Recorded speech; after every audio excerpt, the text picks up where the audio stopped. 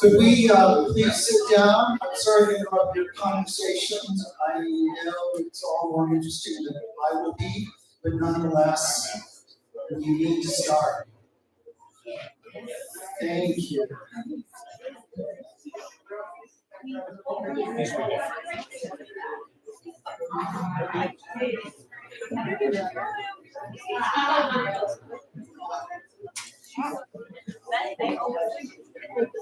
Okay.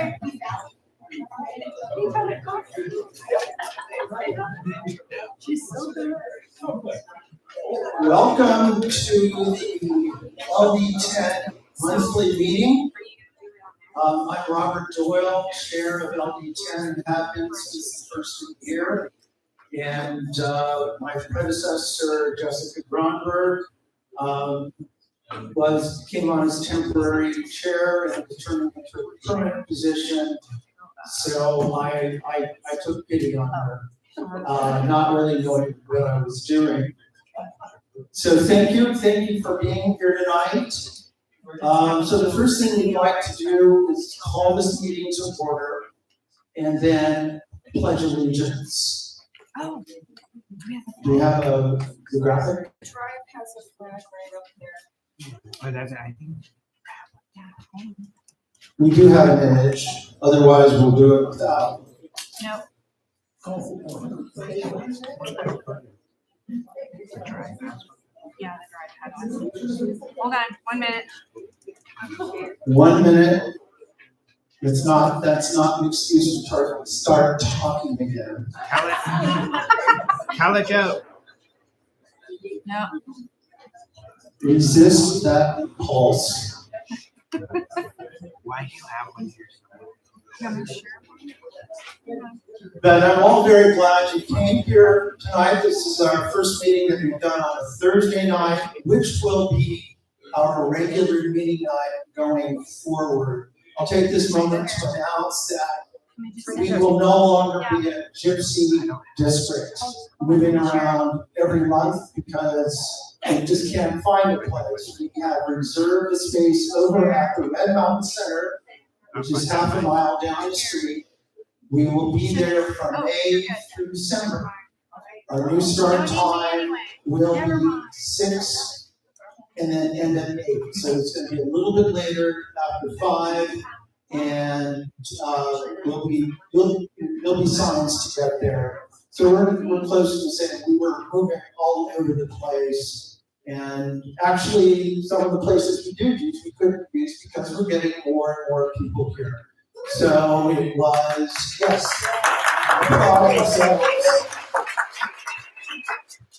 it was a sign of our growth and the success of our volunteers and the success of the community that we had to upsize our meeting space. And it'll give us a lot of flexibility. And I'll talk about the financials. Last year we spent no money renting a space because we could always find a room at a restaurant that could fit us. This year already, in February, March, we had to rent a space for each of those months, and we've spent $1,000 just on rental. Fortunately, we will have to rent the center, but it's going to be under $225 a month. So we've already paid out for the rest of the year. So on the financial statements, we're probably going to see close to $3,000 for rental space that we haven't had in the past. So everybody who is donating on ActBlue on a recurring basis, thank you very much. You're providing the cash flow to keep this district going. Everything we do is financed by you, and this is financed by us. We get no support from the county or the state to do that, and they have their own financial challenges. So we'll just do it ourselves, right? We'll just maintain our independence as we do. And there she is. Could we please stand for the Pledge of Allegiance?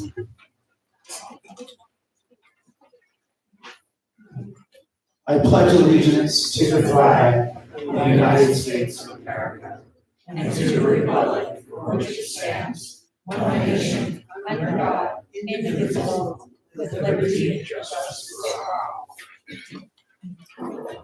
Thank you all for bringing that up. The first thing I'd like to do is, if anybody is here for the first time, please stand up. We'd love to meet you.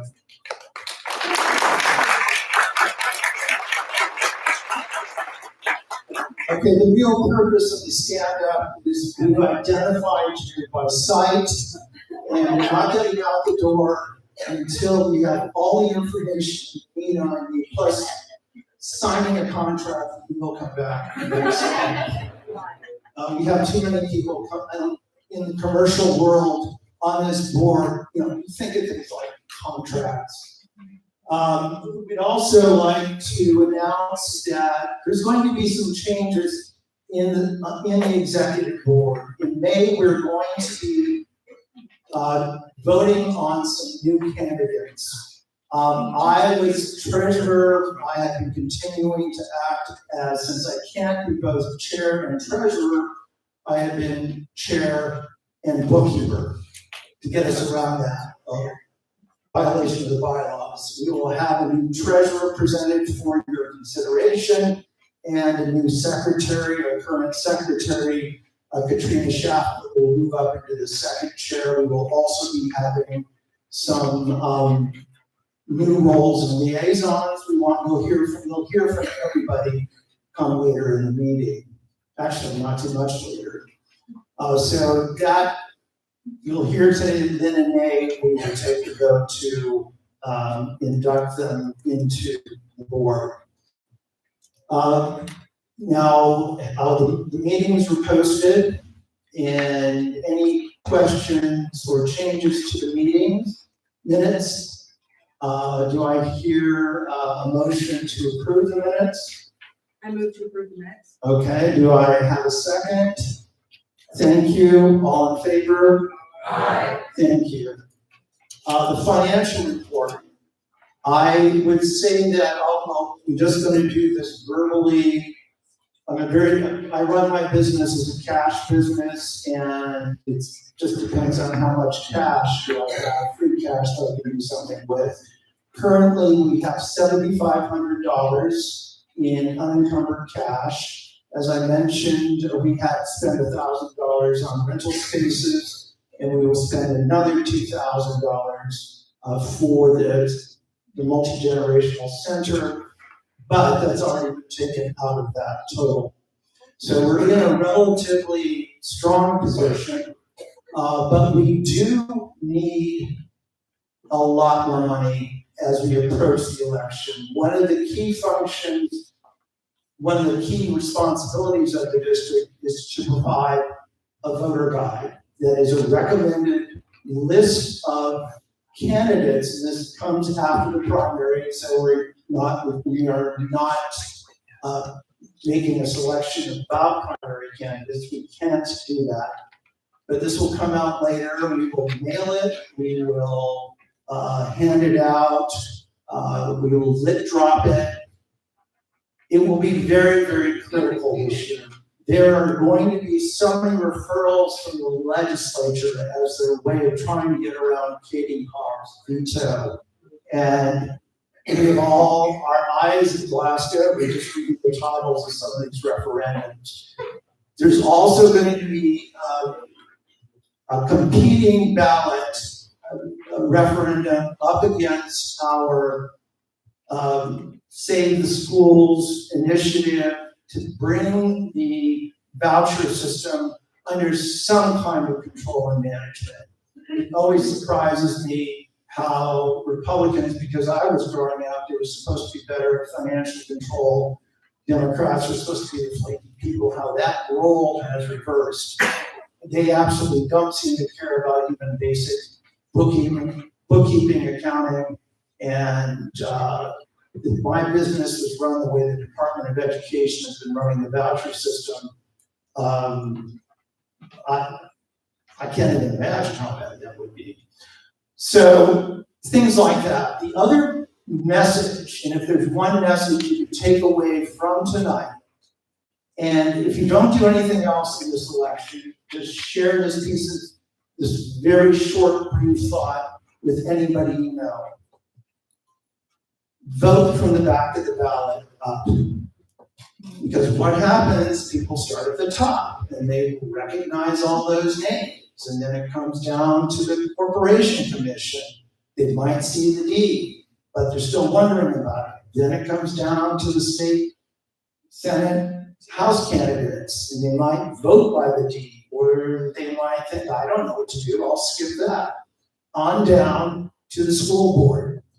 The voter guide will keep people to look at that and vote out, because some of these other races don't benefit from Katie and Chris Mays and Adrian Fontes because people are comfortable about that. It was the very first lesson I ever learned in a meeting back in 2017. It was Adrian Fontes who said, vote from the back up and then back down to check everything. Keep that in mind, share that. It's the simplest message you could possibly share. If you don't do anything else, do that. Okay, I'm very pleased to announce our candidate. What's that? You have to approve the financial. But I've already approved it. I can't do that. I always forget this part because I'm self-employed, so I'll do things my own way. Could I hear a motion to approve the financial statement? I move to approve the financial statement. And do I have a second? I second. Thank you, Jessica, for bailing me out. All in favor? Aye. It would have been terrible if there had been no second. That's not improving. But I'm really proud to introduce our candidates, upcoming candidates for the executive board. And the first one I'd like to introduce to speak is Justin Poff. He'll be taking over as treasurer, which means I better clean up all my records and files to hand it over to him. Semblance of order. Justin, about to. Thank you, Robert. Well, the last time I was speaking in this room to this group was as a congressional candidate. And unfortunately, we came up a little short when it came to gathering signatures. But in the process, I got to know the people that are on this board: Katrina, Michelle, Robert, Jessica, Martha. And everyone on this board was incredibly gracious with their experience and sharing it with me. And when we came up short, obviously we were devastated. My wife and I sat around the table and thought, what are we going to do next? What's next? You run for Congress and you come up short. There's not a whole lot of transition you can do. There's not a job market for that. And so we asked, what is it that we tried to accomplish by running for Congress? So we say we, because my wife was in it as much as I was. And the goal was always to serve the community that we live in. I've learned from that experience that serving our local community is actually a lot more effective if you do it from the local level. You go to Washington, D.C., you're legislating from 2,500 miles away. Still important, still incredibly important, but we can make a lot more change here locally from this level. And the members of this board are people that have a tremendous amount of experience. They're very well organized, and they are a group of people I feel I can learn a lot from. So talking about the treasurer position, my career has been in construction management. I've managed portfolios of $41 million and up, and that means lots and lots of spreadsheets.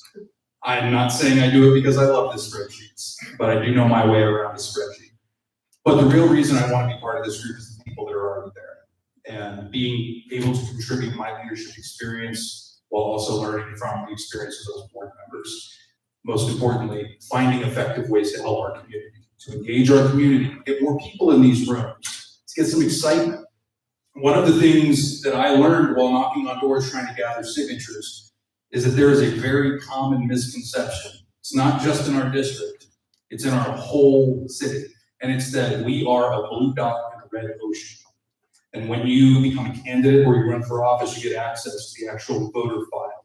You get to see what's real. And the first time you cut a turf and you see that not only are you not alone, but the turf is loaded with blue dots, that you have neighbors who you've never spoken with who think and feel and vote the same way you do. And you might never talk to them, but they're there. So there's this epidemic of loneliness among Democrats here in Arizona. Every time I knocked on a door and someone told me, what's the point of voting? I'm one Democrat, there's 100 Republicans for every one of me.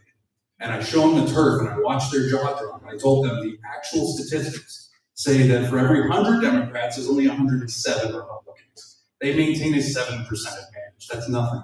When you think of all the people that have left the Democratic Party and become independent, but still vote down ballot Democrat, when you think about all the Democrats that are angry as hell about what's going on in Washington right now, and then you think about all the Republicans that are defecting because they see what's going on and it's madness. It's not just going to be a blue wave in the midterms. We have an opportunity to bring people who are isolated out of their homes and into the community. The antidote for despair is hope. And the way we introduce hope into people's lives is by letting them know that they're part of a larger community, that they're not alone, and that we got their back. And I can't think of a better way to do that than being part of the board of LD10. Thank you very much.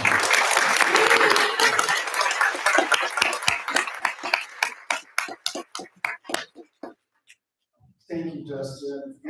Actually, for making my life easier, because I've been treasurer for the past 3 years. Even when I ran in 24, I was not supposed to be treasurer, so I became a bookkeeper, essentially acting treasurer. So thank you for helping, and thank you for those words. The next person we would like to hear from is Katrina Schaffner. If you would like to say something. Oh, sure. She's like, it's like you haven't heard enough from me already, right?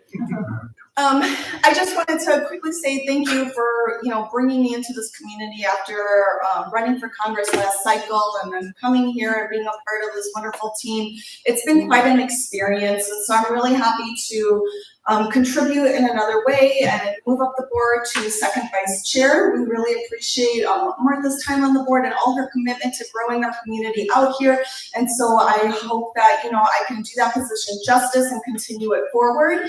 Just really quickly want to, if you don't know anything about my background, I have a background in operations.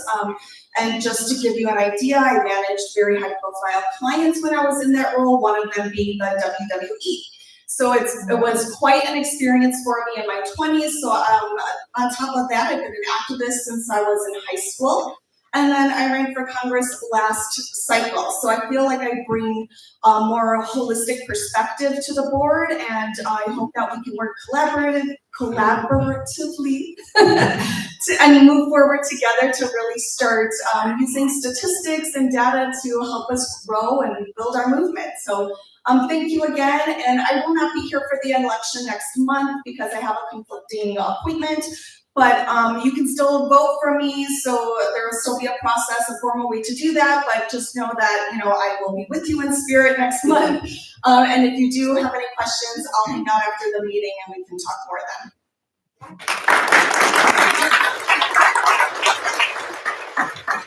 then. So I neglected to explain that Martha McCoy, our current second chair, is stepping down from the board after just tremendous service to us. She'll be continuing to be very important, very just an amazing asset to all of us on a volunteer, freelance volunteer PC basis. So Katrina will move to second chair, which means we need a secretary. And Cassandra Winchester has agreed to stand for that office. Ready to go? Yeah.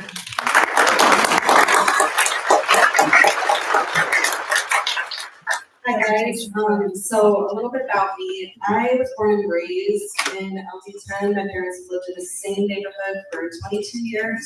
I left after I graduated from Mountain View High School, and I went across the country, and I was on the East Coast for about 4 years, where I got my bachelor's degree in music business. That took me back to the West Coast, California, where I was hired at the LA Philharmonic in their PR department. And so I worked with them up until I lost that job due to the pandemic, and then I was freelancing and grinding as much as I can in the LA environment. But that eventually landed me back here. And I came back right before the 2024 election, and I really thought that, you know, my vote could do something more here than in California. But you know, obviously it didn't go the way that we wanted it to. And so I looked at ways to get involved. And I found myself here. And I'm just excited to start this journey with the LD. I think I've been a little bit gun-shy to get involved in politics because it's not really my thing, but now it's my thing. So I'm just really gracious to the board and everybody here for putting me up for the position, and I have lots of experience in bookkeeping. I do it on a daily basis. I own my own business now as a PR and marketing consultant, so I work with a bunch of different clients. And fun fact, today's my birthday. So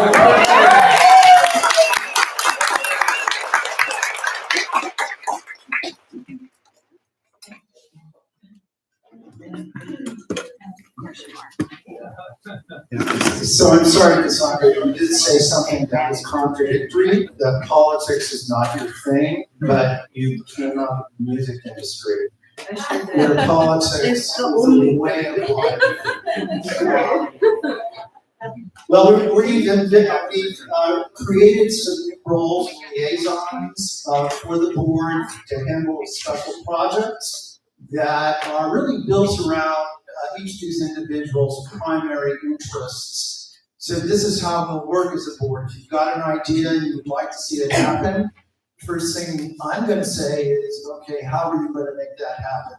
It's people will like to give me advice, but they'll, really, we want you to do it. We want the board to do it. No, it's going to be how can we make it happen? And in both these cases, these people have taken responsibility for these projects. First person we'd like to hear from is Hamm. He's been a regular attendee at these board meetings, and he was a person who first introduced the idea to me of being involved in public boards and commissions. I'd never thought about it. It seems like the simplest thing in the world. So Jared, could you please tell us all about the importance of the local commissions? Sure thing, Robert. So, at the city and the county level, there are multiple boards that you can apply for, that you can get appointed to, and you don't ever have to run for office. The whole point of these boards is for you as a specialist in your field to give advice to the city council or the Maricopa County Board of Supervisors on specific projects. For instance, if you have experience in baseball, there's an entire county board specifically related to the Diamondbacks. For Apache Junction, a couple of years ago, I served on the Public Art Commission that they as one of the first commissioners of that board when it formed. And I was a voting member who helped bring the Playful Pup statues to the dog park there. The whole next month, I'm going to give a slideshow on these boards, including in a very important set of boards that we need to start preparing for come 2030 in relation to the city's general plan and also not the census, but the redistricting commissions, because there's going to be multiple of them that we're going to want to apply for. Now, I'm looking for people who have any experience for transportation, art, parks and recreation, architecture. If you have any of these skills, if you're a former first responder, we can get help you apply for several of the boards that are gonna be opening up here in the city of Mesa come June. I want to get as many applicants for this, from this district into that city council meetings, because with the Republican majority, we are gonna want as many Democrats applying for these boards so that they are forced to hire Democrats for these boards. All right? Does anybody? Thank you, Jerry. We'll be educated pretty soon. Thank you. Our last speaker is someone who's been deeply involved in politics. Served, I believe, for Katrina, served on my campaign in 2024, and is just very, very passionate about the Democratic message and culture. She came up with her own idea about providing rides for people who would love to come but need a ride to get here. And we're working on some issues right now, primarily a liability insurance for the district. And so we're a little bit, project still in development. But Ali, could you please come up and tell us about yourself? Thank you, Robert. So I'm a PC here in the Hawes District, and my main goal is to get more voters and more people here, either to the meetings involved, because the more people we have that know about their ballots, the better chance that we have to actually have them vote down the ballot. The agenda here is obviously to get more people here that do not have transportation that would like to come. The main thing that's needed is going to be volunteers that are going to be willing to pick up people. So depending on your vehicle size is how many people, and then I haven't been out here my entire life. So I'm gonna take my skills and knowledge of our terrain and map ways for the driver to pick up a route on the various passengers, bring them here, take them home. And hopefully if we get enough volunteers involved, it'll be on your way to the meeting and on the way home, not deviating too much, make it nice and easy for the drivers. But also get more of our community here with us. More maybe stay-at-home parents that can't get because they don't have the ride, but you know, the older kid can stay. And we are at libraries and multi-generational centers most of the time, so it's not like kids couldn't come as well and get those parents involved, because one thing happened whenever I started volunteering, everybody was so amazed that I was still raising kids and still had the time to volunteer, because I do have a career. So the more that we make time for mothers and parents like me who are still raising children to get to these, I think the better off our district will grow. So if you can find any of our board members, unfortunately I don't have my printout tonight, I apologize. That's But- on me, not on. It don't matter who it's on. We're gonna write down your information. I need your address, I need your cross streets, I need your contact information, and ideally your vehicle size or how many people you're able to pick up. Obviously, a minivan can hold more than a car. So let me know what you can do if you're willing to help out, and give me something to do, because I want to organize things. You guys have a good night.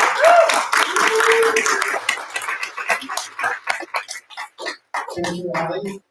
Before we go on, I'd like to introduce and acknowledge the current board, because the more I work with this board, the more deeply impressed I am by the talent, the creativity, and just the sheer diligent hard work. I'd like to first introduce our first chair, Michelle McNeil.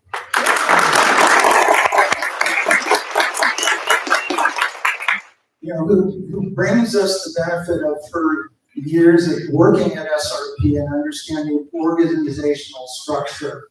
So she is working very, very hard, as we all are, to create an organization that will be functional and flexible into the future, so that every time the new board takes over, it's reinventing the wheel.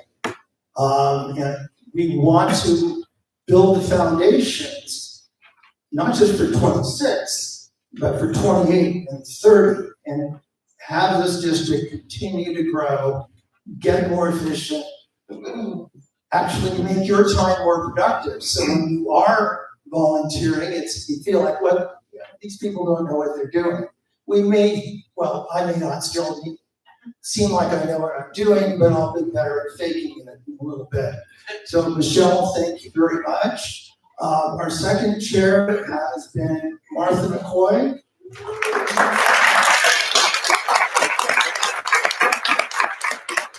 Martha brings that institutional memory that's so important. She could talk about what they did 20 years ago, 10 years ago, and make our decision-making simpler, faster, more effective. And she is incredibly hardworking and just seems to know everybody. So we're going to miss you from the board, but as I have sworn, you're not getting away from me. I'm going to be tracking you because I'll still have lots of questions. And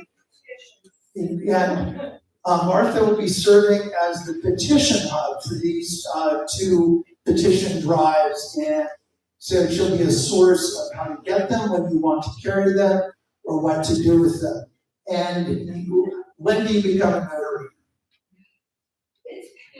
Okay. So we will have a site up to a notary.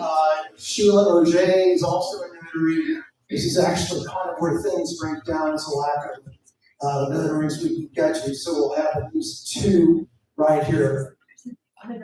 Oh, Blair's a notary. Well, we'll introduce you in a second. Yes, we have more than two. Notoriety. Very good.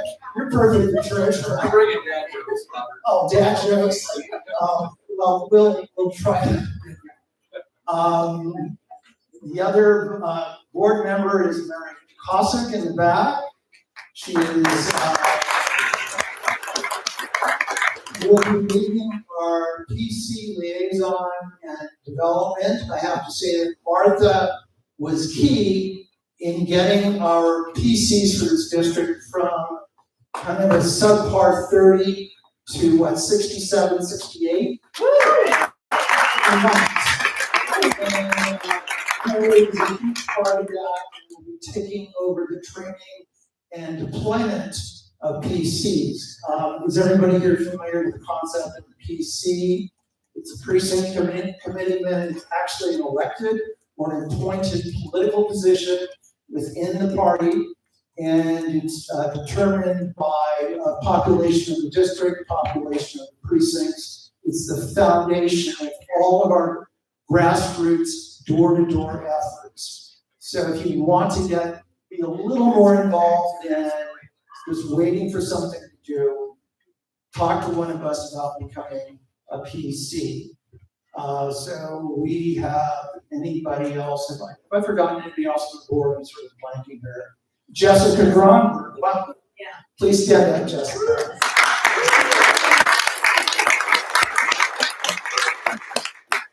Jessica ran into the board position in 24 when Helen Hunter stepped down to run for office, and held us together and brought together good people.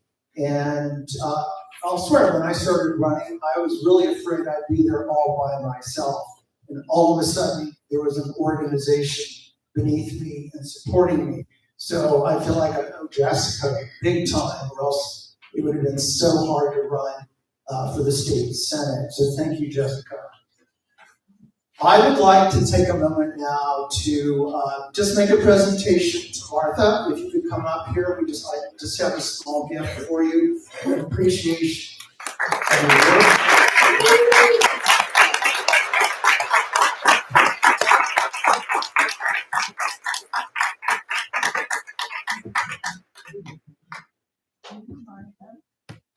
So thank you very much for everything you do. I deeply appreciate it, both as a fellow board member, but also as a democratic activist. Oh, thank you. You are such an asset, and it's not just your diligence, your hard work, but also your creativity. Oh, thank you. And you just the background is so tremendous. So this is just a small gift for you. And, This is unexpected, thank you.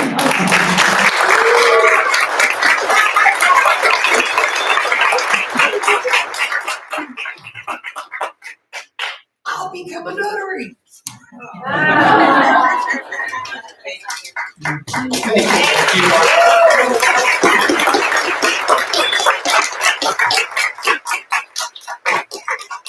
So before we go on to the main speakers, I'd like to acknowledge our current candidates. First, I'd like to have Blair Moses, our candidate for Senate.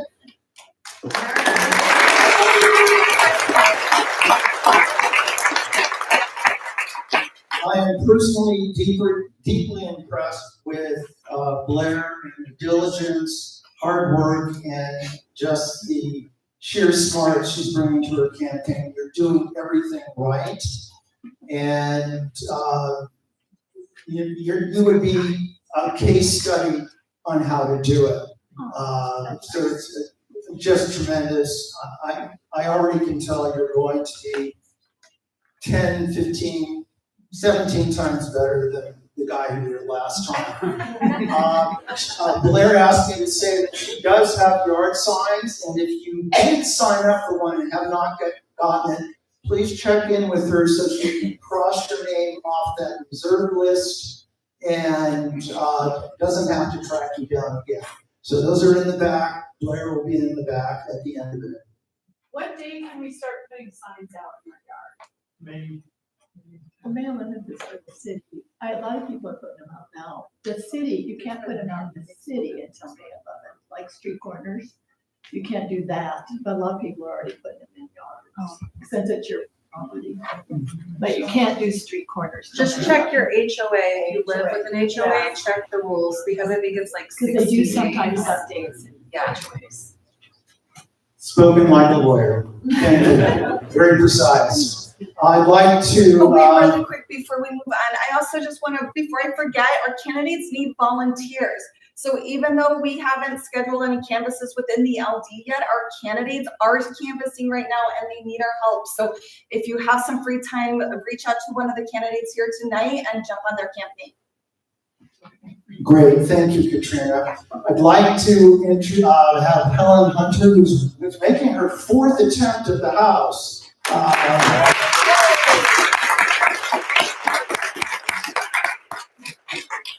She definitely brings her flair to it and always presents so well and so passionately. Thank you, Helen. We have one of our other candidates for House, Brian Calloway.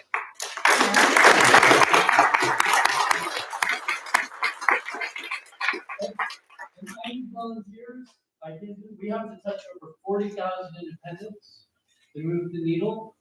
40,000. It's going to take each and every one of us. I have a sign-up sheet. I'd love to have you volunteer. I have a space where we can go through all the stuff out of. So if you volunteer or sign up on that, I'll reach out to you. We'll get things set up so we can change, make the East Mason blue. Thank you. Brian is involved in the state committee for a long time as a what I call a monster canvasser. He's always a big support to all the other campaigns that have come through, so it's our turn to help him. He's also developing some unique tools for his campaign, and we'll talk about those in the future because I didn't clear it if you wanted me to or now. Let's see, so those are our House candidates, Senate candidate. Do we have any other candidates? For CD5. Oh, yes, Elizabeth Lee. Pardon me? Okay, that's why. Elizabeth Lee from running for CD5 has visited us. We've seen her several times. There are 3 candidates running for the Democratic candidacy in CD5. As a district, we're forbidden from choosing sides. So, but we can mention she was here and one of the 3 to pay attention to. Now we're going to go on to our featured speakers, and I'm just really, I guess I'm not easily impressed. Actually, I'm a very critical person. But as I've gotten involved in the party, I am just simply deeply impressed with people as I meet them. And this lady is we like to think, okay, what's happening at the county? They're not doing anything. What's happening at the state? They're not doing anything. Well, Emily Wilson is a volunteer, but she is the queen of data, which I live off of. So your information is so helpful to us in our planning. And she recently received a very special award from the county party for volunteering. I don't quite remember the name of the award. Jacqueline Adams. So there again, we have somebody who we are so lucky to have here. Emily? Hey, brother. This is my favorite donkey. It takes me forever to get here, so I have a driver. Her name's Patty O'Neill, and she's also known, her other job is chair of Maricopa County. So before I start, who was it that was talking about boards and commissions? That's Jared. Jared, that is just awesome. We started doing that, Patty, I don't know, like 6 years ago. Well, once we assigned a board member to recruit people, we added 40 Democrats to boards and commissions in Scottsdale. They are surprisingly really important jobs that you don't know about. Okay, you ready? Yeah. Some of this stuff you may have seen before, starting with this first slide. It's a red blob with some blue and purple stuff on it. This is a truncated map of Maricopa County. I cut off the arms and the legs so you could see the precincts better because we're so concentrated. The blue LDs, you can see kind of emanate around. They start at the Capitol, kind of go out from there. The red ones around the edge. And the blue one, the purple ones are like a halo. A donut. We get like 3/4 of a donut. I live way out in the top red part, and you're way out. Well, you can see where you are. The reason I'm showing this map is so that you can kind of get the magnitude of what our districts look like to us in Maricopa County. Excuse me. But you can't see here, but the legislative districts report to the county where they have the predominant number of voters. So we have LD10 has precincts in Pinal County that they report to Maricopa. We have districts like LD23 where most of the voters are in Yuma County. So we have a lot of voters there. On paper, they report to, administratively, they report to Yuma County, and that's in statute. Okay, so Maricopa County has a total of whole or parts of 22 of the 30 legislative districts. Wow. But they don't all report to us. But I'm gonna refer back to this in a little bit. Let's go to the next slide. This one just doesn't show at all. It looks really good on paper. What I did is I took from 2024 votes, Democrat-leaning votes that were left on the table, people who did not vote. And you can see here the big circles are the counties, and the little circles within them are the legislative districts. And they're all shown in proportion to the number of votes left behind. So the number of votes left behind in Arizona, the biggest batch is that purple one down there, which is LD6, reports to Coconino County. LD6 is predominantly Navajo. It's Navajo, Hopi, and some Apache. Low turnout. And part of it is because they have a hard time getting to the vote centers to vote. The next biggest ones, over there, the big orange one, that's Pima, that is Pima County. And of course, we're the big blue monster in the middle. And way up on kind of the upper left-hand corner is 10. So not the biggest number of votes left behind. You guys know that because you know how red your district is. You know you're not the biggest district either. So if we're just measuring the number of votes left behind, it's never going to be the biggest one. But you already know that. I wanted you to get a sense of where you fit in. Okay. These are the hot topics at ADP, at MCP, across the state. The hot topics are voter registration, our two most contested congressional districts, CD1 and 6. CD6 is rated by Cook Political as even. CD1 is a plus one red. So they're both really competitive. And of course, turnout and getting our state Democrats reelected. Next slide. So let's talk about voter registration. MCDP is doing things, ADP is doing some things, and the DNC is doing some things. That doesn't mean we're all working together, but you guys know that too. MCDP, for the first time ever, has somebody, a paid staffer who does voter registration now, it's Jacob George. And one of the things we're doing there is the normal kind of tabling activities, but we're doing them in some really new places we've never done before, like swap marts. Swap meets. Anyway, we're trying some new things for a traditional kind of work. A second piece that we've been doing is texting citizens who aren't registered to vote.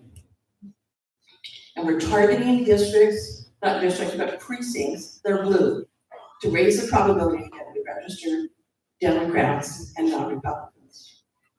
That's a big project. The target was 215 people, 215,000, and we've done about half of them. The third thing Patty announced at the MCDP dinner is a brand new project, which is geofenced digital ads. So you draw a circle around, like where an event is being held. And this time we did it at the county fair. And if you open your phone to look up something on your phone, an ad pops up. And this one was a picture of Trump pointing to a gas tank with a big price tag on it. And he's saying, I did that. And then it flips immediately to a screen that says register to vote in Maricopa County. Oh, wow. So this was the first time we've tried this, but expect to see more of it. ADP has some projects, but they're mostly working in rural Arizona and not Maricopa County. And then the DNC has a project. I'm relatively new at all this. Can you give me what the initials? Oh, the acronyms? Yes. You want an LOA? That's a list of acronyms. Sorry. I work on government programs. MCDP is the Maricopa County Democratic Party. ADP is the Arizona Democratic Party. And the DNC is the National Party. You may have seen yesterday in the Republic, there was an article, no, it was this morning, about this voter registration project. The DNC is putting $1 million into Arizona. I love you, Ms. Schaffner. Jessica had the money. For voter registration. So I think they're hiring like 150 people across the state to go do voter registration for the Democratic Party. So this, I quoted an article here when they announced it in January, but this morning they announced it locally in the paper. CVAP is Citizen Voting Age Population. That's who we're targeting with the texting campaign. Okay, next slide. Where's my picture? This was the best part of the whole presentation. Oh, nuts. Is it on the next Just a push. No, I need there's a a- PDF and This is a pretty picture, but I don't think that's what you're looking for. Is it? no, there was a PowerPoint and a PDF, so most of this, whatever, Yeah. I think it's on the other one. Here's what I'm gonna tell you. I measured voter registration numbers from January to yesterday. And the reason I only went back to January is that's when the precincts all changed. Okay? For the first time since I've been measuring this stuff for 3 years, LD10 had more Democrats than Republicans.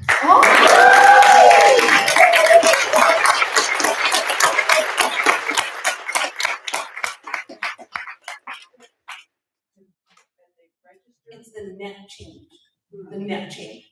So that includes Republicans changing their voter registration.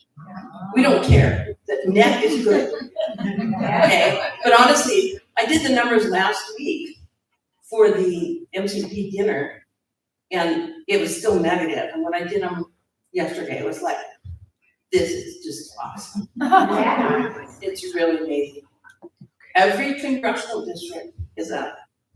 Wow. Positive for Democrats. Okay? What groups are mostly changing? There's a subgroup, like LDS people changing or young people changing?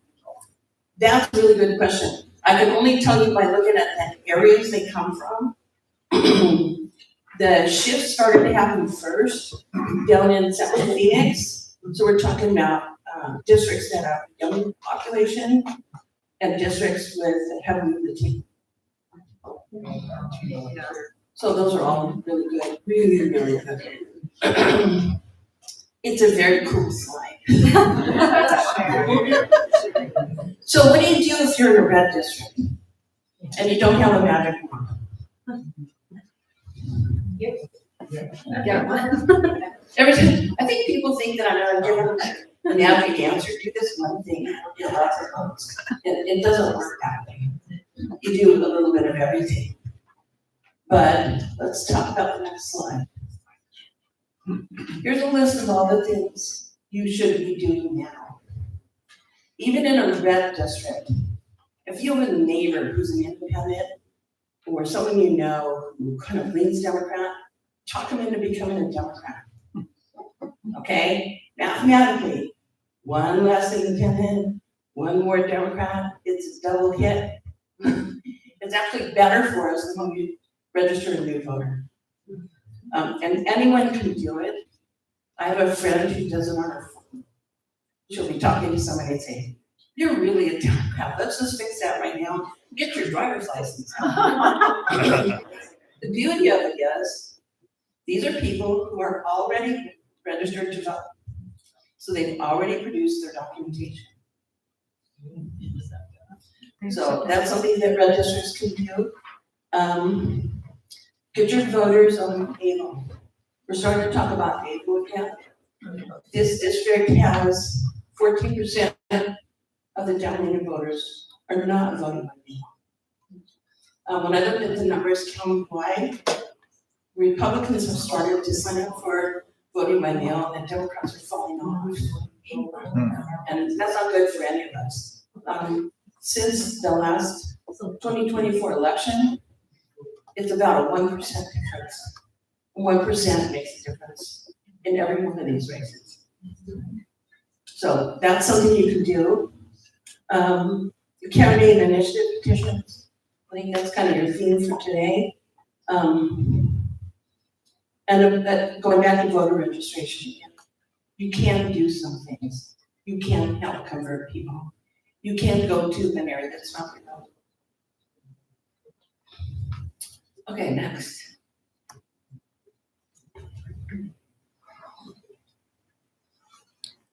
At least this one, I'm glad this one came through. It would have just had purple blobs on it. This is LD10 with the new precincts. The blue precincts are the ones that voted for Ruben Gallego. So one of the things we look at, since the tide is turning, and it's time for everyone to stretch a little bit and do a little bit more, is you see those precincts in dark purple. I did bring some handouts of this. Those dark purple ones were within 3 points of Gallego winning. And if we go to the next slide, those light purple ones are within 5 points. 5 points is doable. So that doesn't mean you only work in those precincts. We work everywhere. But I'm trying to show you some areas that have a little bit more opportunity and more opportunity to make your district look blue. But I have to tell you a little side story. When I first was working with Pat in our old district, we had this tortilla flat. There's like 2 voters. I said, you know, Patty, if you get like one of those people to vote for us, because the maps, like on the Washington Post, look blue. Like these really big, huge precincts. We can like flip it and it would look great on the map. She didn't like it, or let's call everybody. There was like 6 people. I thought we could flip these guys. So anyway, that's obviously not the whole game, but I wanted to give you a visual of what this looks like. And what's the road that runs through there? Is it Broadway?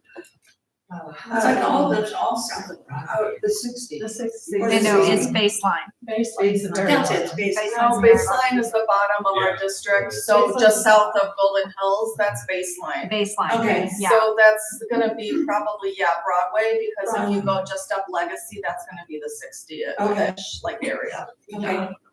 One of the things I like about this chart, before I let it go, is remember that first chart that was showing you the donut? Yeah. Okay, the donut kind of grows out. That's where we get our blue voters. And so that's exactly what you're seeing here.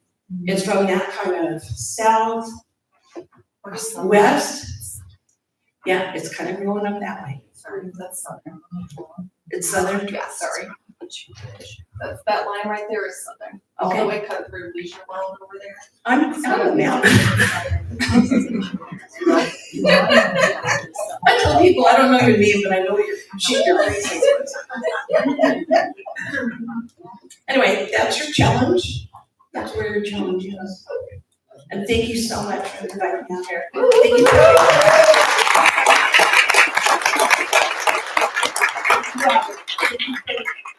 Michelle, for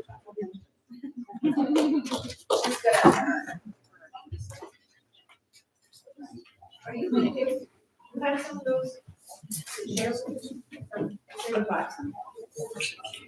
Got your question answered? Okay. Thank you, Emily. She can make data fascinating. I always enjoy actually getting these snapshots of where we need to work. And I would